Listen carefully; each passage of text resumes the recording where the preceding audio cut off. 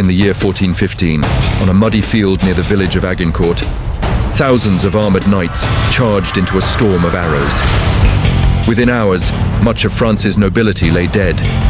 War had changed, and with it, the way humans learned to fight. For most of human history, martial arts were not sports. They were survival systems born from war.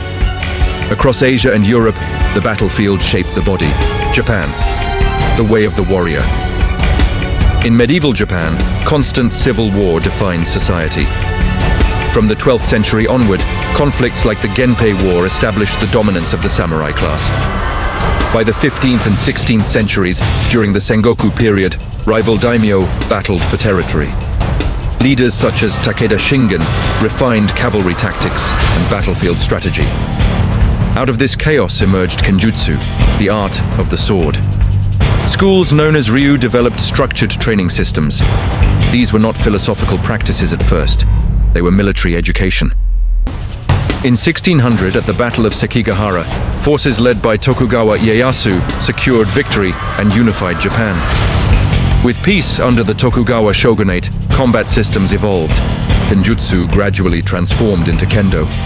From killing art to character discipline. War created it. Peace reshaped it. China, military manuals and monastic fighters. In China, organized combat training can be traced to military records. During the Ming dynasty, coastal China faced repeated pirate raids. A general named Qi Jiguang, 1528-1588, reorganized the army. In 1560, he compiled the Jixiao Xinshu, new book of effective discipline. It included detailed techniques for hand-to-hand combat and weapons training. This was not legend. It was printed military doctrine. The Shaolin Temple in Henan province is often surrounded by myth. But historical records confirm that Shaolin monks assisted the Tang dynasty in the 7th century, including during campaigns supporting Li Shimin, who became Emperor Taizong. By the Ming era, Shaolin monks were known for staff fighting. Their methods blended battlefield necessity with monastic discipline. Chinese martial arts, later called Kung Fu or Wushu, developed from militia training, military drills, and regional defense systems. They were forged under invasion and rebellion. Korea, defense against invasion. In 1592, Japan invaded Korea in what became known as the Imjin War. The Joseon dynasty faced catastrophe. In response, Korean military scholars documented martial techniques in the Muye Jebo, 1598, later expanded into the Muye Dobo Tongji in 1790.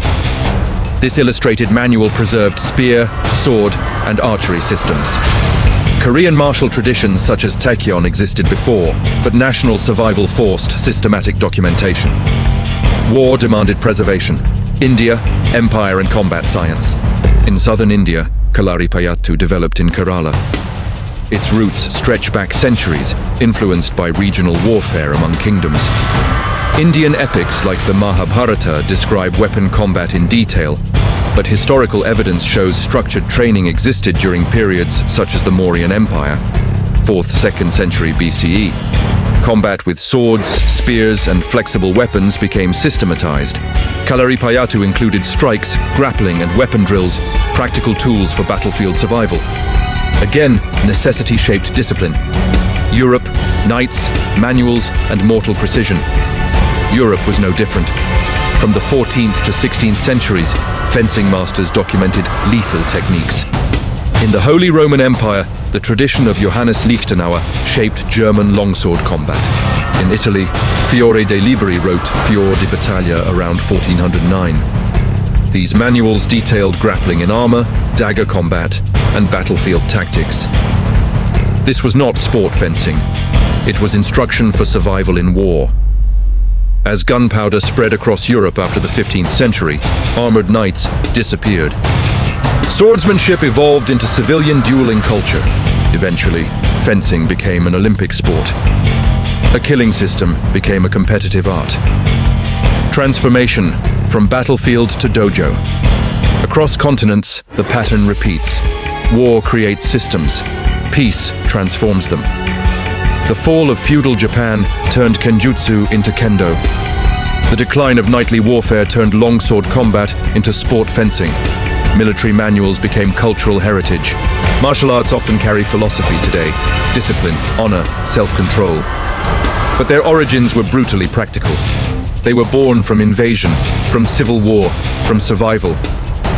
Martial arts were not created for trophies. They were forged in mud, blood, and steel.